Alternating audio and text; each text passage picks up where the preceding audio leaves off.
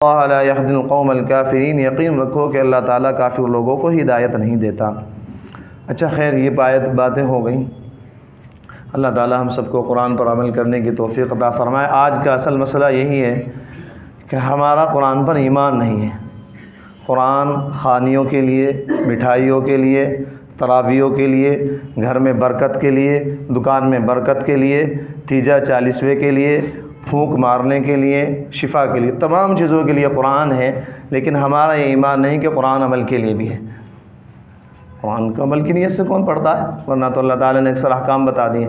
اکثر مسلمانوں کا ہم میں سے یہ حال ہے، گھر میں بلا لیں گے ماشاءاللہ 10 طلبہ، 10 مدرسے کے 10 بچوں کو بلا کے لاؤ، بالکل نہ بھیجنا چاہیے مدرسے کے بچوں کو۔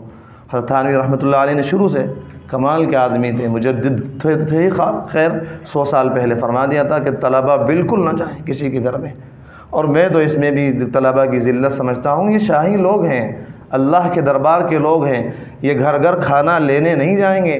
جس کو یہاں بھیجنا ہے یہاں بھیجے اور ورنہ نکلے۔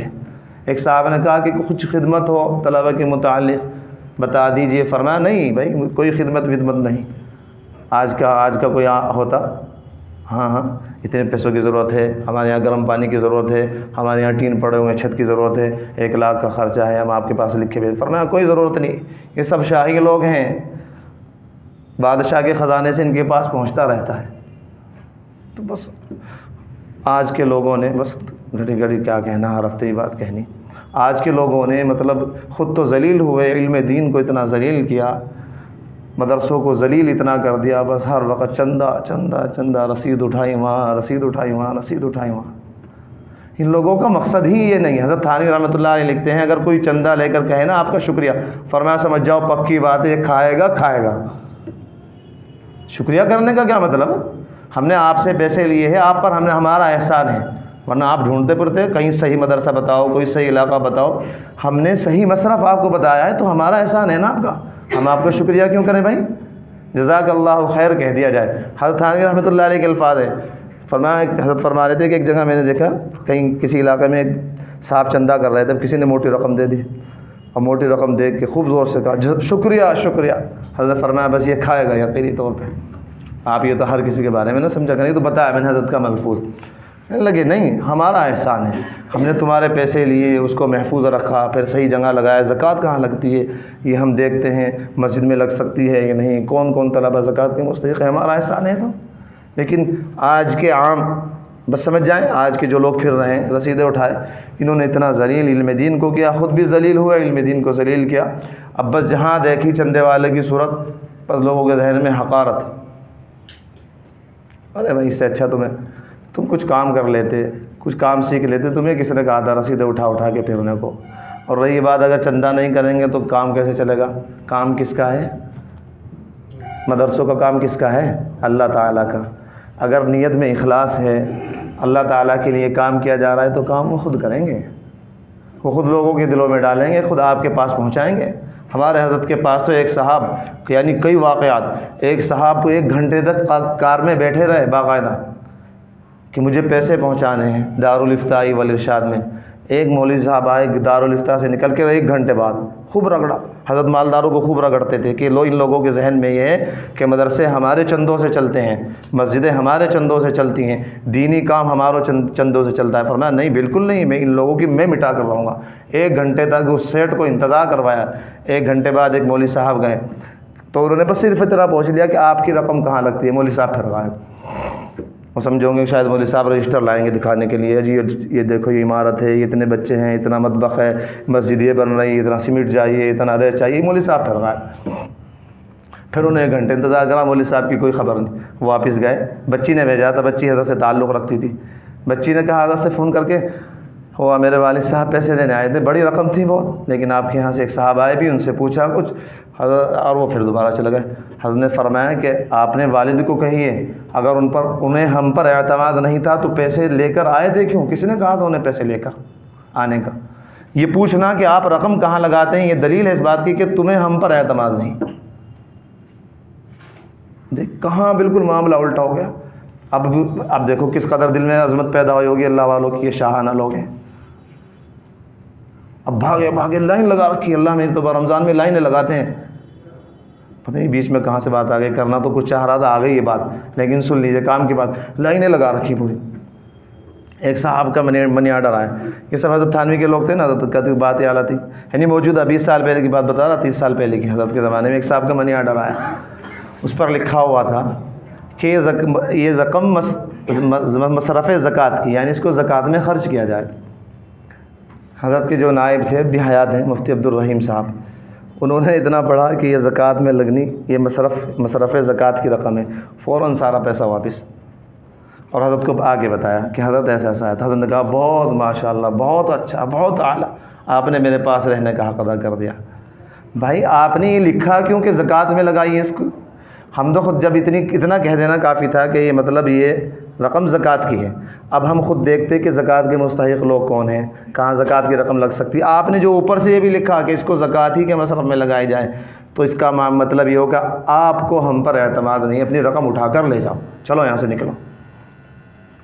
لندن سے لوگ آئے، حضرت سے فرمایا کہ حضرت ہندوستان سے فلاں جگہ سے سفیر جاتے ہیں، کروڑوں روپے ہو جاتے ہیں، آپ بھی اپنے مدرسے کا بھیجا کر دی۔ حضرت کو غصہ آ گیا، بڑا غصہ آ گیا۔ پھر اس کے بعد خیر تھوڑی سی بات آگے چلی، میں بعد میں بتاؤں گا غصہ کیوں آیا تھا۔ پھر آگے چل کے کچھ بات ہوئی تو انہوں نے بہت بڑی رقم، تاجر لوگ تھے بڑے بڑے، لندن کے تجار تھے، بہت موٹی رقم دی حضرت کو کہ دینی کام میں لگائیں۔ حضرت نے اس کی طرف دیکھا بھی نہیں، فرمایا نہیں دیجیے مفتی عبدالرحیم صاحب کو، میں ہاتھ بھی لگانا نہیں چاہتا، مفتی عبدالرحیم صاحب کو دیجیے۔ پھر کچھ اور بات چھڑ گئی، پھر حضرت نے فرمایا دیکھیے آپ جو یہاں میرے پاس بیٹھے ہیں نا، یہ صرف اس وجہ سے ہے کہ مفتی عبدالرحیم صاحب نے آپ کی سفارش کی ہے، ورنہ آپ یہاں نہ ہوتے، لندن کا وفد کہیں باہر سڑکوں پر پھر رہا ہوتا۔ میرے یہاں الحمدللہ کروڑوں خربوں روپے کی اہمیت مٹی کے ڈلے کے برابر بھی نہیں ہے۔ فرمایا مفتی عبدالرحیم صاحب نے آپ کی سفارش کی کہ حضرت ان سے مل لیجیے، میں نے وقت نکالا، اور آپ چندے کو کہہ رہے ہیں؟ ارے میرا اللہ تو مجھے بچپن سے میرے اللہ نے مجھے دوسروں کے سامنے ہاتھ پھیلانے سے روک رکھا ہے، میں تو لوگ خود دیتے ہیں، رو کے دیتے ہیں، ہاتھ جوڑ کے کہ حضرت قبول کر لیجیے، جب نہیں قبول کرتا۔ اب دل میں علماء کی عظمت کیسے نہیں آئے گی، طلباء کی عظمت کیسے نہیں آئے گی؟ اب تم نے ان کو تو بھکاری بنا رکھا، کھا لے وہ اٹھاتے پھریں بقرعید پر، رسیدیں لے کے ہر جمعے کو وہ پھریں، اور جہاں تم جاؤ چاہے جس میں مسلط ہو جاؤ کہ مدرسے کی فلاح ضرورت، مدرسے کی فلاح، پھر کہاں ان کے دل میں ہوگا؟ پھر کون اپنے بچوں کو عالم بنائے گا؟ آج کے مالدار لوگ اپنے بچوں کو عالم اسی لیے نہیں بناتے کہ بڑے ہو کر بھیک مانگیں گے، ورنہ کیا وجہ ہے بھائی، کیوں نہیں بناتے؟ جب آپ کو اتنا پتہ ہے علم دین اتنا اعلیٰ درجے کی چیز ہے، اتنی اعلیٰ درجے کی چیز، لیکن کوئی نہیں بنائے گا، کوئی ہرگز نہیں بنائے گا، الا ماشاء اللہ، اللہ پہ جس پہ فضل خاص ہو، لیکن ذہن میں آئے گا کہ کیا کرے گا، بھیک مانگے گا۔ تو یہ سب اس کے دنیا دار مولوی ذمہ دار ہیں، ان پر سارا گناہ ان پر لوٹتا ہے کہ تم نے لوگوں کی نگاہوں میں علم دین کو، مدرسوں کو اتنا ذلیل کیوں کیا؟ اگر تمہارا مقصد اللہ تعالیٰ کو راضی کرنا تھا تو اللہ تعالیٰ کو راضی رکھتے۔ حضرت تھانوی رحمۃ اللہ علیہ جیسا آدمی جوانی کے عالم میں ان میں لچک پیدا ہو گئی۔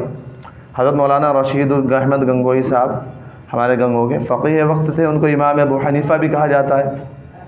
حضرت نے بہت تربیت کی حضرت تھانوی کی، تو دارالعلوم میں جب نیا بنا تو ایک دارالعلوم دیوبند کی بستی کا ایک مالدار آدمی، اس نے کہا کہ مجھے بھی کمیٹی کا آدمی بناؤ، کمیٹی کا رکن بناؤ، ورنہ میں تمہاری اینٹ سے اینٹ بجا دوں گا، مدرسے ہی کو ختم کر دوں گا۔ ابتدائی دور تھا جب دارالعلوم کا، مظاہر علوم میں بھی یہ حالات پیش آئے، یہاں حضرت مولانا خلیل احمد سہارنپوری تھے، وہاں حضرت مولانا شیخ الہند محمود حسن صاحب دیوبندی، حضرت تھانوی رحمۃ اللہ علیہ وغیرہ۔ تو ابھی بات حضرت مولانا رشید احمد گنگوہی، کیونکہ سب کے بڑے تھے پوری ہماری جماعت کے، مظاہر علوم ہو، دارالعلوم ہو، ندوۃ العلماء ہو، سب کے بڑے قطب عالم حضرت مولانا رشید احمد گنگوہی تھے۔ تو حضرت کے پاس یہ خبر پہنچی، حضرت تھانوی رحمۃ اللہ علیہ نے لکھ بھی دیا کہ حضرت کیا ہوا اگر ہم اس کو کمیٹی کا رکن بنا لیں گے، زیادہ لوگ تو آپ کے خادم ہیں، یعنی ہم ہی لوگ ہیں، ہماری بات چلے گی۔ تو حضرت مولانا رشید احمد گنگوہی صاحب نے فرمایا کہ مدرسہ مقصد نہیں ہے، مدرسہ چاہے بند ہو یا کھلے، اگر قیامت کے دن اللہ تعالیٰ نے مجھ سے پوچھ لیا کہ رشید احمد تم نے ایک غیر اہل آدمی کو جو اہل نہیں تھا کمیٹی کا رکن کیسے بنایا، تو میں کیا جواب دوں گا؟ اگر مدرسہ بند ہو جائے تو بند ہو جائے، میں اللہ تعالیٰ سے کہوں گا آپ کے احکام پر عمل کرتے ہوئے مدرسہ بند ہوا۔ یہ ہمارے بڑے تھے۔ مظاہر علوم میں حالات پیش آئے، مولانا خلیل احمد صاحب کو بھی لکھا کہ ہرگز بے دین آدمی کو جو اہل نہیں اس کو شورا کا رکن نہیں بنایا جائے گا۔ آج تو شورا کا رکن ہی اس کو بنایا جاتا ہے جو مالدار ہو، جس کے تعلقات وسیع ہوں، پوری ہندوستان میں اس کے تعلقات ہوں، اس کے ذریعے خوب چندہ ہے۔